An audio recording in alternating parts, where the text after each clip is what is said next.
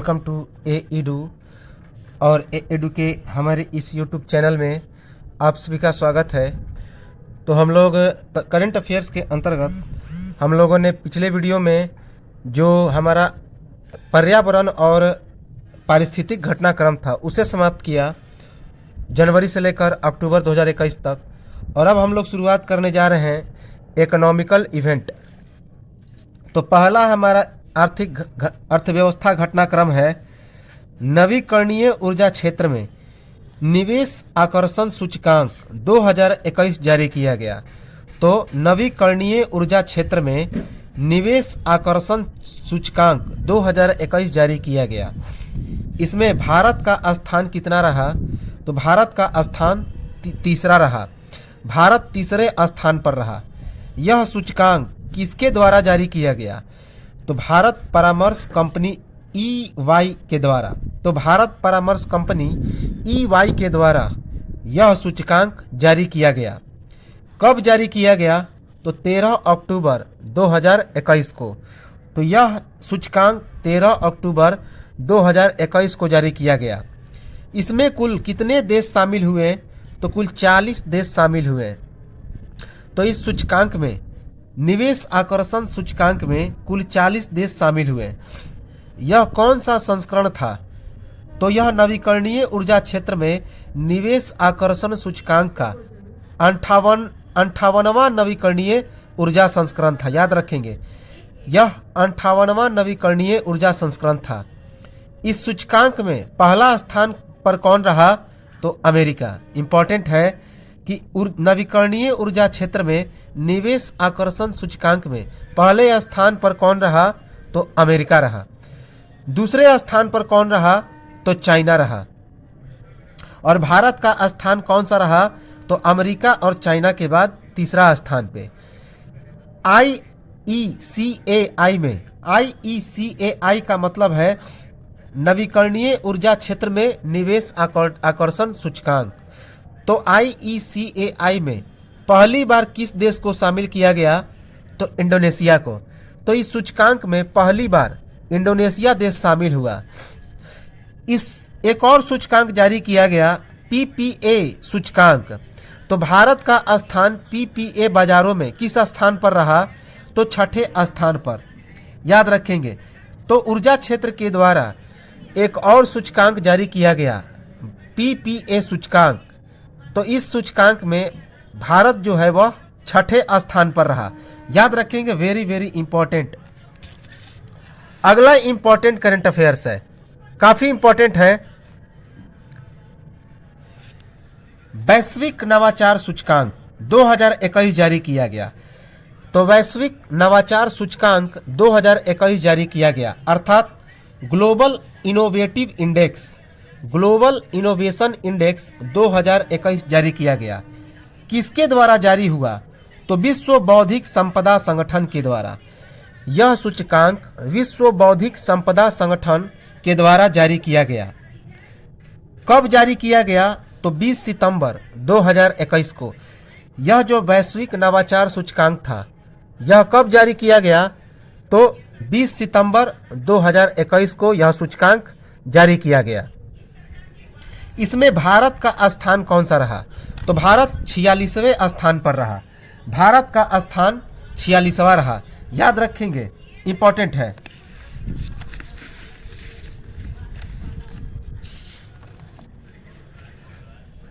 तो इस सूचकांक में भारत 46वें स्थान पर रहा।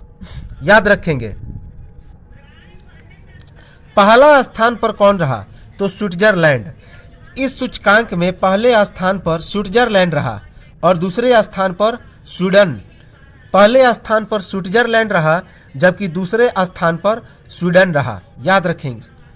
यह जो ग्लोबल इनोवेशन इंडेक्स है, अर्थात वैश्विक नवाचार सूचकांक है, इसकी शुरुआत कब से हुई थी? तो 2007 से। तो वैश्विक नवाचार सूचकांक की शुरुआत वर्ष 2007 से हुई थी। और इसका प्रकाशक कौन रहता है? तो इसकी जो प्रकाशन करती है वह संस्था है Cornell university, INSEAD business school और संयुक्त राष्ट्र के विश्व बौद्धिक संपदा संगठन। तो इसे जो संगठन है उसे प्रकाशित करते हैं। कौन कौन? तो कार्नेल यूनिवर्सिटी, उसके बाद इनसेड बिजनेस स्कूल और संयुक्त राष्ट्र के विश्व बौद्धिक संपदा संगठन। अगला इंपॉर्टेंट करंट अफेयर्स है, वेरी वेरी इंपॉर्टेंट, बौद्धिक संपदा सूचकांक अर्थात आईपी इंडेक्स 2021। तो बौद्धिक संपदा सूचकांक अर्थात आईपी इंडेक्स 2021 जारी किया गया। इसमें भारत का स्थान कौन सा रहा? तो भारत 40वें स्थान पर रहा। भारत कौन सा स्थान पर रहा? तो भारत 40वें स्थान पर रहा। इस इंडेक्स में कुल कितने शामिल देश थे? तो 53 वैश्विक अर्थव्यवस्थाओं को शामिल किया गया था। तो इस सूचकांक में 53 वैश्विक अर्थव्यवस्था क्या थे? अर्थात जो विश्व के 53 जो समृद्ध अर्थव्यवस्था वाले देश थे, तो उनकी यह सूचकांक जारी की गई। किसके द्वारा जारी किया गया यह सूचकांक? US chamber of commerce global innovation policy centre. तो यह जो सूचकांक जारी किया गया किसके द्वारा जारी किया गया? तो US chamber of commerce global innovation policy centre. यह कौन सा संस्करण था? तो बौद्धिक संपदा सूचकांक का यह नवा संस्करण था। याद रखेंगे, नवा सूचकांक, नवा संस्करण। यह जो वर्ष 2021 का बौद्धिक संपदा सूचकांक था वह किस शीर्षक से जारी किया गया? तो उसका शीर्षक रहा रिकवरी थ्रू इंजेन्यूटी। तो इसका मुख्य शीर्षक रहा रिकवरी थ्रू इंजेन्यूटी। इस सूचकांक में पहले स्थान पर कौन रहा? तो अमेरिका रहा। तो इस बौद्धिक संपदा सूचकांक में पहले स्थान पर अमेरिका रहा, जबकि दूसरे स्थान पर जापान रहा। याद रखेंगे। तो भारत का स्थान और पहला स्थान तो काफ़ी इम्पोर्टेंट है, और यह जो शीर्षक है, तो इन चीज़ को हमेशा याद रखेंगे कि बौद्धिक संपदा सूचकांक में भारत का स्थान 40, प्रथम स्थान पे अमेरिका और दूसरे स्थान पे जापान रहा, और इसका शीर्षक रहा recovery through ingenuity. Recovery through ingenuity very very important है। अगला इंपॉर्टेंट करंट अफेयर्स है, अगला इंपॉर्टेंट करंट अफेयर्स है एसडीजी, एसडीजी इंडिया इंडेक्स। तो एसडीजी इंडिया इंडेक्स अर्थात सस्टेनेबल डेवलपमेंट गारंटी सूचकांक 2020-21। तो सस्टेनेबल डेवलपमेंट गारंटी भारत सूचकांक अर्थात सतत विकास लक्ष्य भारत सूचकांक 2020-21। तो एसडीजी इंडिया इंडेक्स अर्थात सतत विकास लक्ष्य 2020-21 सूचकांक जारी किया गया। किसके द्वारा जारी किया गया? तो नीति आयोग के द्वारा। वेरी वेरी इंपॉर्टेंट, जो सतत विकास लक्ष्य सूचकांक है भारत का, वह किसके द्वारा जारी किया गया? तो नीति आयोग के द्वारा। कब जारी किया गया? तो 3 जून 2021 को। तो यह सूचकांक 3 जून 2021 को जारी हुआ। एसडीजी इंडिया इंडेक्स का यह कौन सा संस्करण था? तो तीसरा संस्करण। याद रखेंगे, तीसरा संस्करण। सतत विकास लक्ष्य इंडिया इंडेक्स एंड डैशबोर्ड का शीर्षक क्या रहा? तो partnership in the decade of action. तो वर्ष 2021 का जो एसडीजी इंडिया इंडेक्स था अर्थात सतत विकास लक्ष्य भारत 2020-21 का जो सूचकांक था उसका शीर्षक क्या रहा? तो सतत विकास लक्ष्य इंडिया इंडेक्स एंड डैशबोर्ड 2021 का शीर्षक था partnership in the decade of action. 2020-21 के इस एसडीजी इंडिया इंडेक्स का विषय क्या था अर्थात थीम क्या था? तो साझेदारी का महत्व। तो 2020-21 का जो एसडीजी इंडिया इंडेक्स था उसका क्या विषय था? तो साझेदारी का महत्व। इस सूचकांक में पहले स्थान पर कौन रहा? तो केरल रहा। इस सूचकांक में भारत का कौन सा राज्य पहले स्थान पर रहा? तो केरल रहा। उसके कितने अंक थे? तो 75 अंक थे। याद रखेंगे। जबकि अंतिम स्थान पर कौन रहा? तो बिहार रहा। तो वेरी वेरी इंपॉर्टेंट है बिहार के एग्जामिनेशन में कि अंतिम स्थान पर इस एसडीजी इंडिया इंडेक्स में कौन रहा? तो बिहार रहा, जिसका कितना अंक रहा? तो 52 अंक। 52 अंकों के साथ बिहार अंतिम स्थान पर, जबकि केरल 75 अंकों के साथ प्रथम स्थान पर रहा। याद रखेंगे, इंपॉर्टेंट है।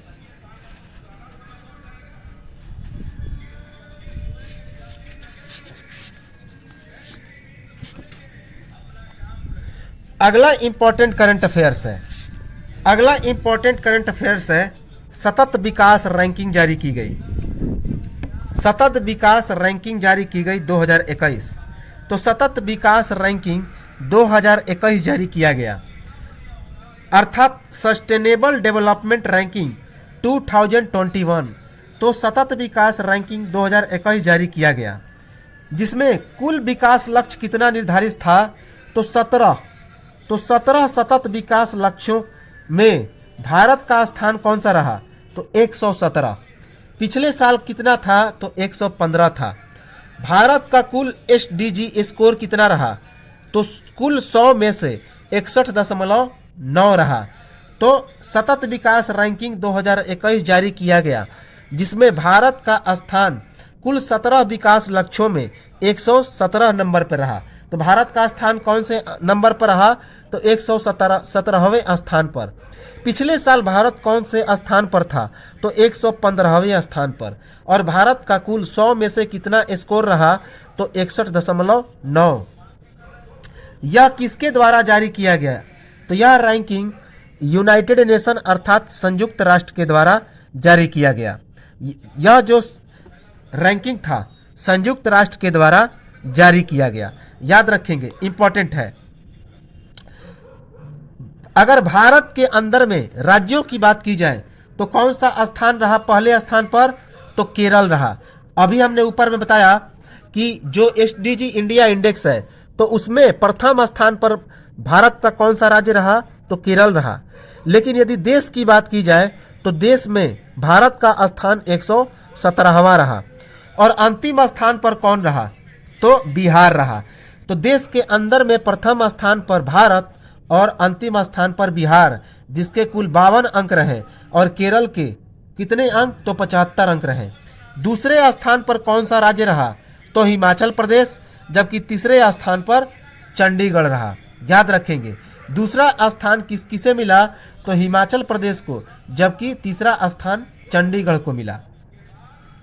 अगला इंपॉर्टेंट करंट अफेयर्स है, भारत 2050 तक दुनिया का तीसरा सबसे बड़ा आयातक होगा, एक रिपोर्ट में जारी किया गया। तो भारत 2050 तक दुनिया का तीसरा सबसे बड़ा आयातक देश होगा, अर्थात खरीदने वाला देश होगा। एक रिपोर्ट में यह बात बताई गई। भारत वैश्विक आयात में 5.9% की हिस्सेदारी के साथ चीन और अमेरिका के ठीक पीछे होगा। तो इस रिपोर्ट में क्या कहा गया कि भारत वैश्विक आयात में 5.9% की हिस्सेदारी के साथ चाइना और अमेरिका के ठीक पीछे होगा, अर्थात तीसरे नंबर पर होगा। वर्तमान में जो भारत का आयात में हिस्सेदारी है वह कितना है? तो 2.8% आयात हिस्सेदारी के साथ भारत 8वें स्थान पर है। तो वर्तमान में भारत कौन से स्थान पर है? तो 2.8% आयात हिस्सेदारी के साथ कुल 8वें स्थान पर है। अगला करंट अफेयर्स है, very very important. Indian telegraph right of वे संशोधन नियम 2021 जारी किया गया। तो इंडिया टेलीग्राम राइट ऑफ वे संशोधन नियम 2021 क्या किया गया? तो जारी किया गया। इसकी अधिसूचना कब जारी हुई? तो 21 अक्टूबर 2021 को। तो इसकी जो अधिसूचना जारी हुई, इंडियन टेलीग्राफ राइट ऑफ वे संशोधन नियम 2021, तो 21 अक्टूबर 2021 को जारी की गई। भारत सरकार ने एक ओवरग्राउंड टेलीग्राफ लाइन की स्थापना के लिए एक मुश्त मुआवजे की राशि के तौर पर 1000 रुपये प्रति किलोमीटर की सीमा तय की है। तो इस संशोधन के नियम के तहत भारत सरकार ने एक ओवरग्राउंड टेलीग्राफ लाइन की स्थापना के लिए एक मुश्त मुआवजे की राशि के तौर पर 1000 रुपये प्रति किलोमीटर की सीमा तय की है। याद रखेंगे, इंपॉर्टेंट है। अगला इंपॉर्टेंट करंट अफेयर्स है, वेरी वेरी इंपॉर्टेंट। भारतीय रिजर्व बैंक ने लगाया पेटीएम पेमेंट बैंक और वेस्टर्न यूनियन पर जुर्माना। तो भारतीय रिजर्व बैंक ने पेटीएम पेमेंट्स बैंक और वेस्टर्न यूनियन पर जुर्माना लगाया। पेटीएम पेमेंट्स बैंक पर कितना जुर्माना लगाया गया? तो 1 करोड़ रुपए।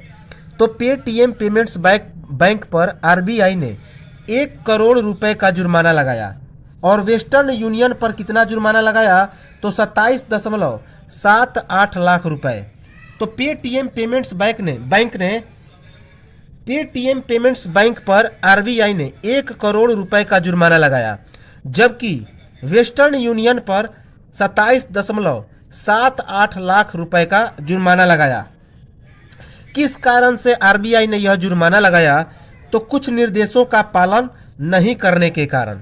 तो आरबीआई के कुछ निर्देशों का पालन इन दोनों ने नहीं किया था, तो इसी कारण आरबीआई ने पेटीएम पेमेंट्स बैंक और वेस्टर्न यूनियन पर जुर्माना लगाया। तो पेटीएम पेमेंट्स बैंक पर कितना जुर्माना? 1 करोड़, जबकि वेस्टर्न यूनियन पर 27.78 लाख रुपए का जुर्माना लगा। अगला इंपॉर्टेंट करंट अफेयर्स है, केंद्र सरकार का बड़ा फैसला। केंद्रीय कर्मचारियों के लिए महंगाई भत्ते में 3% की बढ़ोतरी। तो केंद्र सरकार ने केंद्रीय कर्मचारियों के महंगाई भत्ता में 3% की बढ़ोतरी का ऐलान किया। यह बढ़ोतरी कब से प्रभावित हुई? तो यह बढ़ोतरी 1 जुलाई 2021 से प्रभावित हुई। पहले कितना था? तो पहले 28% था, जो अब बढ़कर 31% हो गया है। तो पहले 28% था, जो अब बढ़कर 31% हो गया है। याद रखेंगे, इंपॉर्टेंट है। अगला इंपॉर्टेंट करंट अफेयर्स है, वेरी वेरी इंपॉर्टेंट। अंतर्राष्ट्रीय मुद्रा कोष अर्थात इंटरनेशनल मॉनेटरी फंड IMF की मुख्य अर्थशास्त्री गीता गोपीनाथ छोड़कर अपनी पोस्ट लौटेंगी एक बार फिर हार्वर्ड यूनिवर्सिटी। तो अंतर्राष्ट्रीय मुद्रा कोष की मुख्य अर्थशास्त्री और एकमात्र महिला गीता गोपीनाथ अपनी पोस्ट छोड़ करके कहाँ लौटेंगी? तो एक बार फिर से हार्वर्ड यूनिवर्सिटी लौट जाएंगी। याद रखेंगे, इंपॉर्टेंट है। 2019 में IMF की मुख्य अर्थशास्त्री के रूप में यह जो गीता गोपीनाथ थी वह शामिल हुई थी। और याद रखेंगे कि जो गीता गोपीनाथ है एकमात्र मुख्य अर्थशास्त्री है महिला। कहाँ पे? तो IMF में।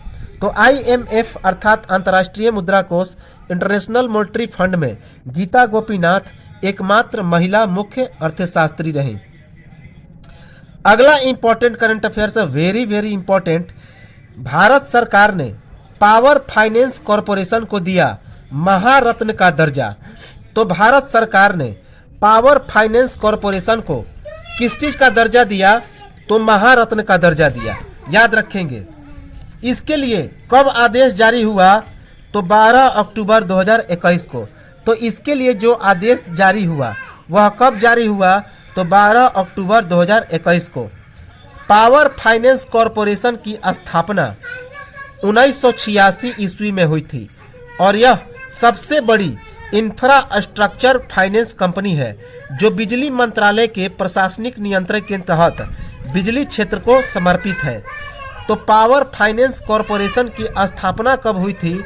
तो 1986 में हुई थी और यह सबसे बड़ी इंफ्रास्ट्रक्चर फाइनेंस कंपनी है जो बिजली मंत्रालय के प्रशासनिक नियंत्रण के तहत बिजली क्षेत्र को समर्पित है। याद रखेंगे, इंपॉर्टेंट है।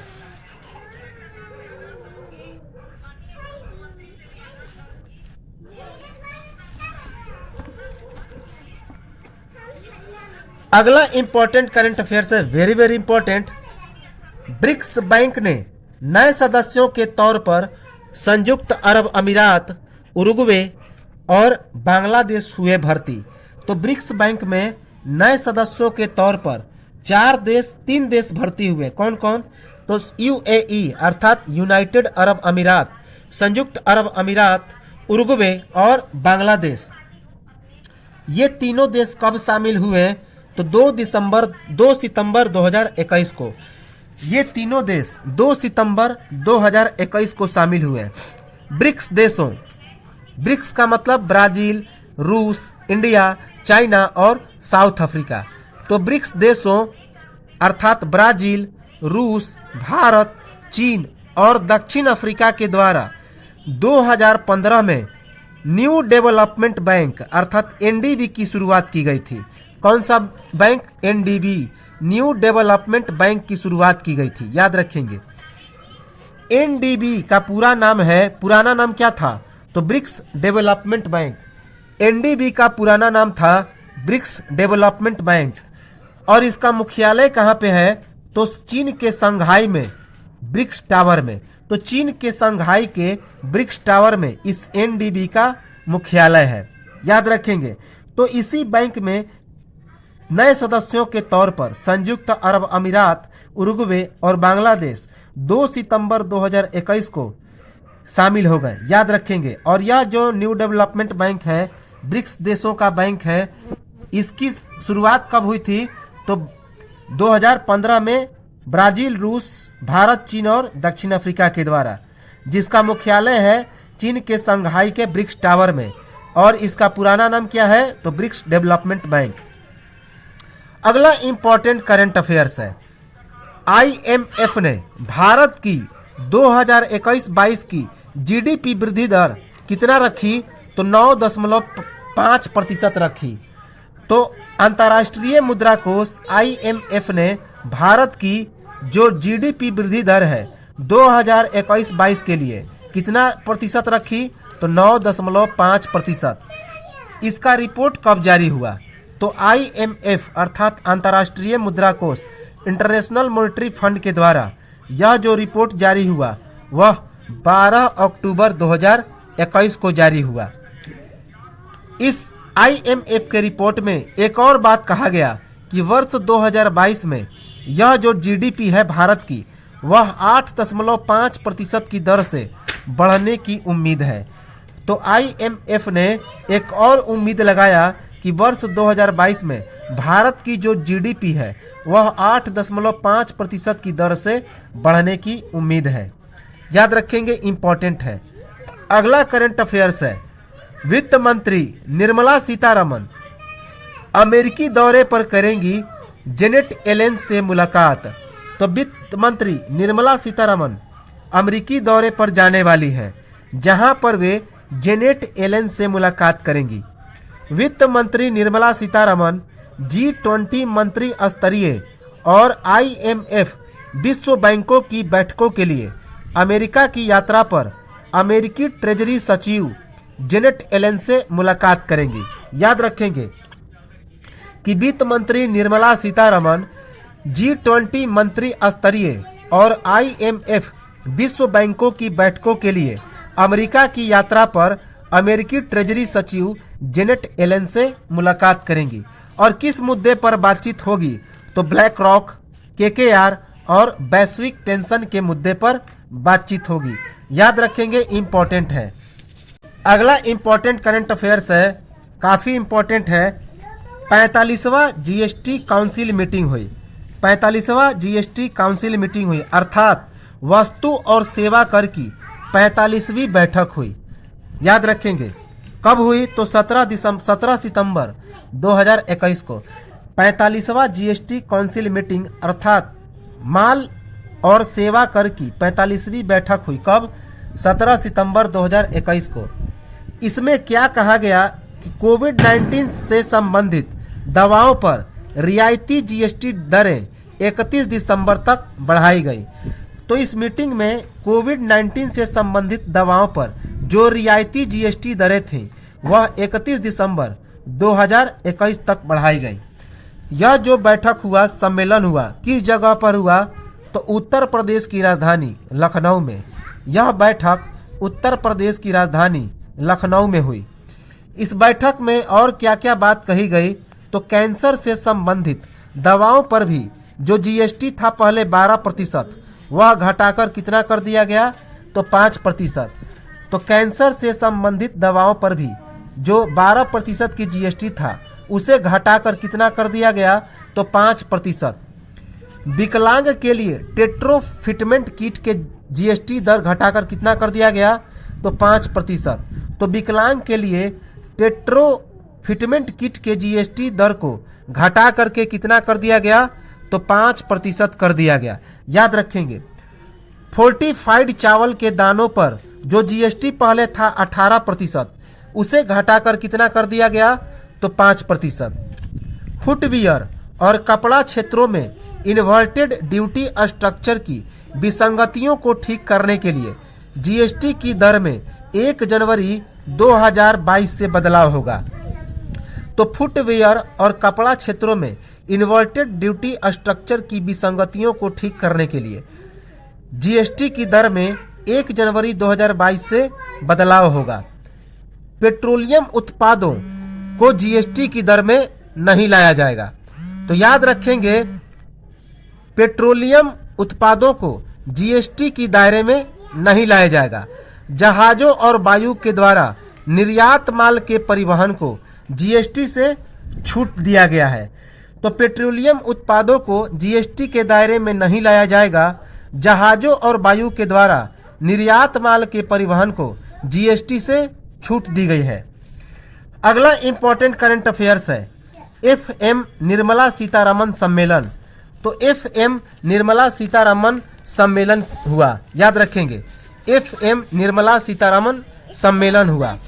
यह सम्मेलन कब हुआ, तो 16 सितंबर 2021 को। यह सम्मेलन 16 सितंबर 2021 को हुआ। इस सम्मेलन में वित्त मंत्री निर्मला सीतारमण ने क्या घोषणा की कि राष्ट्रीय संपत्ति पुनर्निर्माण कंपनी लिमिटेड की स्थापना करेंगी। तो इस सम्मेलन में वित्त मंत्री की घोषणा हुई राष्ट्रीय संपत्ति पुनर्निर्माण कंपनी लिमिटेड की स्थापना करना। कुल कितने लागत से इस राष्ट्रीय संपत्ति पुनर्निर्माण कंपनी लिमिटेड की स्थापना की घोषणा की गई, तो 30,600 करोड़ रुपए से। याद रखेंगे, 30,600 करोड़ रुपए से। किस कंपनी लिमिटेड की स्थापना होगी, तो किस कंपनी लिमिटेड की स्थापना होगी, तो national asset reconstruction company limited, अर्थात राष्ट्रीय संपत्ति पुनर्निर्माण कंपनी लिमिटेड, NAARCL। तो national asset reconstruction company limited अर्थात राष्ट्रीय संपत्ति पुनर्निर्माण कंपनी लिमिटेड, NAARCL कंपनी की स्थापना होगी। इसमें बैंकों की बैलेंस शीट में एनपीएस को एकत्र एवं प्रबंध करेगी। तो यह जो कंपनी है यह क्या करेगी, तो बैंकों की बैलेंस शीट में एनपीएस को एकत्र और प्रबंध करेगी। सार्वजनिक क्षेत्र के बैंक और वित्तीय संस्थान NAARCL अर्थात national asset reconstruction company limited में कितना स्वामित्व रख सकते हैं, तो 51% तक अपना स्वामित्व रख सकते हैं। दूसरी जो कंपनी होगी वह इंडिया डेप्ट रिजोल्यूशन कंपनी लिमिटेड होगी।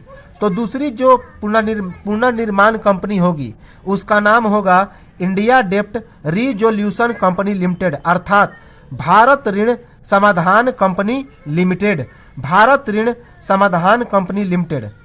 सार्वजनिक क्षेत्र के बैंक और वित्तीय संस्थान IDRCL में 49% तक अपना स्वामित्व रख सकते हैं। तो सार्वजनिक क्षेत्र के बैंक और वित्तीय संस्थान IDRCL में 49% तक अपना स्वामित्व रख सकते हैं। निर्मला सीतारमण ने इस सम्मेलन में एक और बात कहा, 4R रणनीति की घोषणा की। 4R रणनीति की घोषणा की। 4R का मतलब हो गया एक मान्यता, दूसरा संकल्प, तीसरा पुनर्पूंजीकरण और चौथा सुधार। तो इस जो संपत्ति पुनर्निर्माण है इसमें निर्मला सीतारमण ने 4R की रणनीति की घोषणा की अर्थात मान्यता, संकल्प, पुनर्पंजीकरण और फिर सुधार। याद रखेंगे, इंपॉर्टेंट है। अगला इंपॉर्टेंट करंट अफेयर्स है, केंद्रीय मंत्रिमंडल ने ऑटो सेक्टर और ड्रोन इंडस्ट्री के लिए 26,058 करोड़ रुपए के पीएलआई योजना को मंजूरी दी। तो केंद्रीय मंत्रिमंडल ने ऑटो सेक्टर और ड्रोन इंडस्ट्री के लिए 26,058 करोड़ रुपए के पीएलआई योजना को मंजूरी दी। मंजूरी कब दी? तो 15 सितंबर 2021 को 15 सितंबर 2021 को इसकी मंजूरी दी। पीएलआई का मतलब क्या होता है? तो प्रोडक्शन लिंक्ड इंसेंटिव। पीएलआई का मतलब होता है production linked incentive. Auto sector के लिए पीएलआई कितने करोड़ रुपए? तो 25,938 करोड़ रुपए तथा ड्रोन सेक्टर के लिए पीएलआई 120 करोड़ रुपए। याद रखेंगे। तो पीएलआई के लिए ऑटो सेक्टर के लिए जो पीएलआई है उसके लिए कितने करोड़ रुपए की योजना की मंजूरी मिली? तो 25,938 करोड़ रुपए। जबकि ड्रोन सेक्टर के लिए पीएलआई के लिए 120 करोड़ रुपए की पीएलआई की मंजूरी मिली। ऑटो सेक्टर के लिए यह पीएलआई वित्त वर्ष 2023 से 5 वर्ष के लिए प्रभावी रहेगा, लेकिन जो पात्रता मानदंड है उसका आधार कब से कब तक रहेगा? तो 2019 से 2020 ही रहेगा। तो ऑटो सेक्टर के लिए यह पीएलआई वित्त वर्ष 2023 से 5 वर्ष के लिए प्रभावी होगा, लेकिन जो पात्रता मानदंड का आधार रहेगा वह वर्ष 2019 और 20 ही रहेगा। ऑटो कंपोनेंट के तहत कुल 22 घटकों का इसमें क्या किया जाएगा? तो कवर किया जाएगा। तो ऑटो कंपोनेंट के तहत इसमें कुल 22 घटकों को अर्थात 22 कंपोनेंट को क्या किया जाएगा? तो कवर किया जाएगा। अगला इंपॉर्टेंट करंट अफेयर्स है निवेशकों और व्यवसायों के लिए राष्ट्रीय एकल खिड़की प्रणाली single window system national single window system का हुआ शुभारंभ। तो निवेशकों और व्यवसायों के लिए राष्ट्रीय एकल खिड़की प्रणाली अर्थात नेशनल सिंगल विंडो सिस्टम का शुभारंभ हुआ। कब हुआ शुभारंभ? तो 22 दिसंबर 2021 को। तो निवेशकों और व्यवसायों के लिए जो राष्ट्रीय एकल खिड़की प्रणाली है उसका शुभारंभ 22 दिसंबर 2021 को हुआ। इसके शुभारंभकर्ता कौन थे? अर्थात इसका शुभारंभ किसने किया? तो केंद्रीय वाणिज्य और उद्योग मंत्री पीयूष गोयल ने। इसका शुभारंभ केंद्रीय वाणिज्य और उद्योग मंत्री पीयूष गोयल ने किया। अगला इंपॉर्टेंट करंट अफेयर्स है, वेरी वेरी इंपॉर्टेंट, आने की संभावना इसकी ज़्यादा है कि 1 अक्टूबर 2021 से नया ऑटो डेबिट पेमेंट सिस्टम लागू हो गया। तो 1 अक्टूबर 2021 से नया ऑटो डेबिट पेमेंट सिस्टम लागू हो गया। यह जो नया नियम है क्या क्या है? तो किसी भी ऑनलाइन ट्रांजैक्शन से पहले ग्राहक को जानकारी देना अनिवार्य रहेगा। तो क्या क्या नियम लागू हुआ? तो किसी भी ऑनलाइन ट्रांजैक्शन से पहले ग्राहक को जानकारी देना अनिवार्य रहेगा।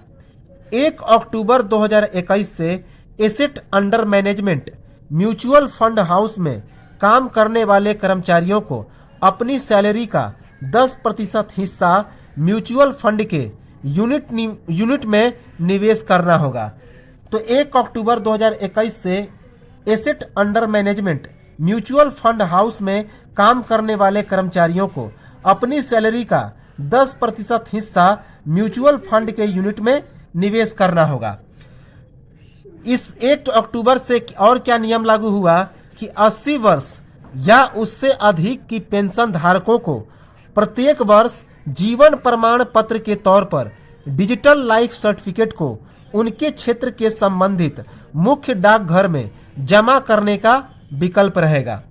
तो 80 वर्ष या उससे अधिक की पेंशन धारकों को प्रत्येक वर्ष जीवन प्रमाण पत्र के तौर पर डिजिटल लाइफ सर्टिफिकेट को उनके क्षेत्र के संबंधित मुख्य डाकघर में जमा करने का विकल्प रहेगा। ये oriental bank of commerce, United bank of India और इलाहाबाद बैंक का जो पुराना चेक है वह इनवैलिड हो जाएगा। क्या हो गया? तो अमान्य हो गया, इनवैलिड हो गया। तथा MICR कोड और IFSC कोड भी इनका क्या हो गया? तो बदल गया। इन तीनों बैंकों का पुराना चेक तो अमान्य हो ही गया, लेकिन MICR कोड और IFSC कोड भी क्या हो गया? तो बदल गया। डीमेट और ट्रेडिंग अकाउंट को खोलने के लिए निवेशकों को अब नॉमिनेशन की भी जानकारी देनी होगी।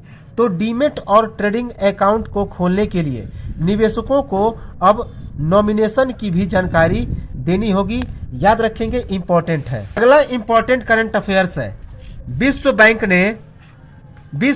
ने वित्त वर्ष 2021-23 में वित्त वर्ष 2021-23 में भारत की अर्थव्यवस्था में 8.3% की दर से बढ़ोतरी का अनुमान लगाया। तो विश्व बैंक ने वित्त वर्ष 2021-23 में भारत की अर्थव्यवस्था में 8.3% की दर से बढ़ोतरी का अनुमान लगाया। कब अनुमान लगाया? तो 7 अक्टूबर 2021 को। किस शीर्षक से यह रिपोर्ट का प्रकाशन हुआ?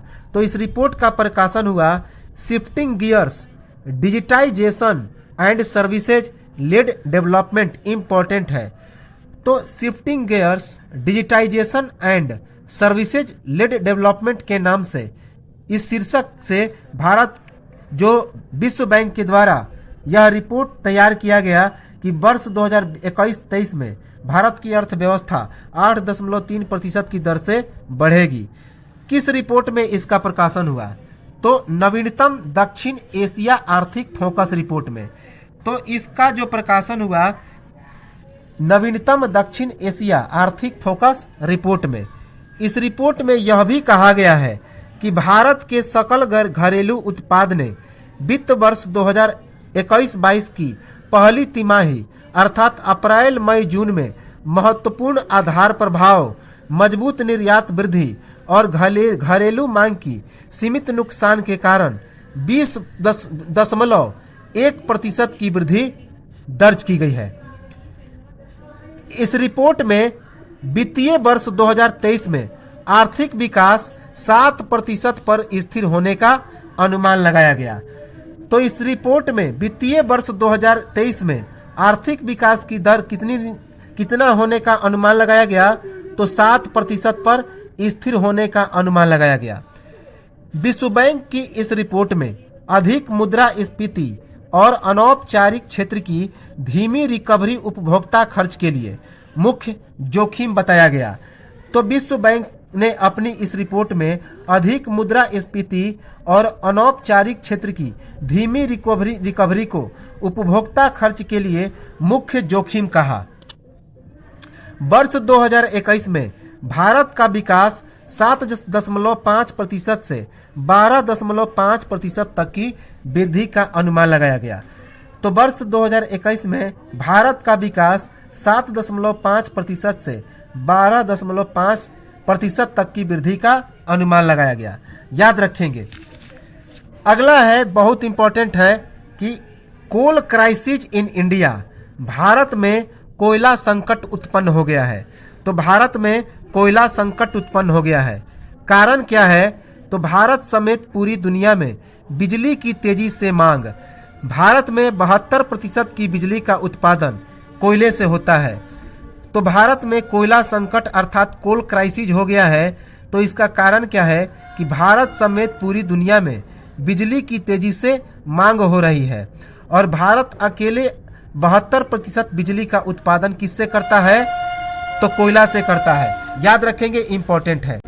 अगला इंपॉर्टेंट करंट अफेयर्स है, वेरी इंपॉर्टेंट, काफी इंपॉर्टेंट करंट अफेयर्स है। भारतीय रिजर्व बैंक ने मौद्रिक नीति जारी की। भारतीय रिजर्व बैंक की मौद्रिक नीति अर्थात आरबीआई मॉनेटरी पॉलिसी। तो भारतीय रिजर्व बैंक ने अपनी एक मौद्रिक नीति जारी की। याद रखेंगे। इस मौद्रिक नीति की बैठक कब हुई? तो 8 अक्टूबर 2021 को। इस मौद्रिक नीति की बैठक हुई 8 अक्टूबर 2021 को। यह एक 3 दिवसीय बैठक थी। 3 दिवसीय बैठक। मौद्रिक नीति समिति की बैठक में अर्थात एमपीसी मॉनेटरी पॉलिसी कमीशन की बैठक में क्या निर्णय लिया गया? लगातार 8वीं बार नीतिगत ब्याज दरों और रेपो दर में कोई बदलाव नहीं किया गया। तो इस मौद्रिक नीति समिति की बैठक में लगातार 8वीं बार नीतिगत ब्याज दरों और रेपो रेट में कोई बदलाव नहीं किया गया। आखिरी बार ब्याज दरों में कब बदलाव हुआ था? तो 22 मई 2020 को। तो आखिरी बार जो ब्याज दरों में बदलाव हुआ था वह 22 मई 2020 को हुआ था। वर्तमान में जो रेपो रेट है उसे कितना निर्धारित किया गया? तो 4% याद रखेंगे, जो कि पहले था। तो पहले के रेपो रेट 4% को ही रखा गया, को 4% तक रखा गया, जो कि पहले 4% ही था। जबकि रिवर्स रेपो रेट दर यह 3.35% ही रखा गया, यह भी पहले 3.35% ही था। बैंक दर कितना रखा गया? तो 4.25%। तो बैंक दर भी 4.25%, यह पहले वाला ही रखा गया। आरबीआई के अनुसार वर्ष 2022 का जो जीडीपी अनुमान है वह कितना लगाया गया? तो 9.5%। तो आरबीआई ने वर्ष 2022 में भारत की जीडीपी का अनुमान कितना लगाया? तो 9.5%। अक्टूबर दिसंबर 2021 के लिए कितना अनुमान लगाया जीडीपी? तो 6.8%। जनवरी से मार्च 2022 के लिए जो आरबीआई ने जीडीपी का अनुमान लगाया वह कितना लगाया? तो 6.1%। वित्त वर्ष 2022-23 की पहली तिमाही के लिए वास्तविक सकल घरेलू उत्पाद का अनुमान आरबीआई ने कितना होने की उम्मीद जताई है? तो 17.2% होने की उम्मीद जताई है। तो आरबीआई के अनुसार वर्ष 2022 का जो जीडीपी अनुमान है वह 9.5% है। अक्टूबर से दिसंबर 2021 के लिए जो जीडीपी का अनुमान है वह 6.8% है। जनवरी से मार्च 2022 के लिए जीडीपी का अनुमान कितना है? तो 6.1%। अक्टूबर से दिसंबर 2021 के लिए जो जीडीपी का अनुमान है वह 6.8%। जनवरी से मार्च 2022 के लिए जीडीपी का अनुमान 6.1% है। वित्त वर्ष 2022-23 की पहली तिमाही के लिए जो वास्तविक सकल घरेलू उत्पाद है उसका अनुमान कितनी होने की उम्मीद है? तो 17.2%। यह सभी अनुमान किसने लगाया? तो इसकी समीक्षा आरबीआई अर्थात भारतीय रिजर्व बैंक ने जारी की। अगला इंपॉर्टेंट है वित्त वर्ष 2021 में भारत का जो विदेशी ऋण है वह कितना प्रतिशत बढ़ गया? तो 2.1% तक बढ़ गया। तो वित्त वर्ष 2021 में भारत का विदेशी ऋण 2.1% तक बढ़ गया। कितना विदेशी ऋण बढ़ा? तो 570 बिलियन अमेरिकी डॉलर। तो 570 बिलियन अमेरिकी डॉलर विदेशी ऋण बढ़ गया। मार्च 2020 से मार्च 2021 तक विदेशी ऋण 20.6% से बढ़कर 21.1% हो गया, याद रखेंगे। जबकि विदेशी ऋण अनुपात 85.6% से बढ़कर 101.2% हो गया, याद रखेंगे। तो ये तो था हमारा इकोनॉमिकल इवेंट अर्थात अर्थव्यवस्था घटनाक्रम। इसे हम लोग कंटिन्यू करेंगे और मिलेंगे अगले वीडियो में। तब तक नमस्कार, जय हिंद।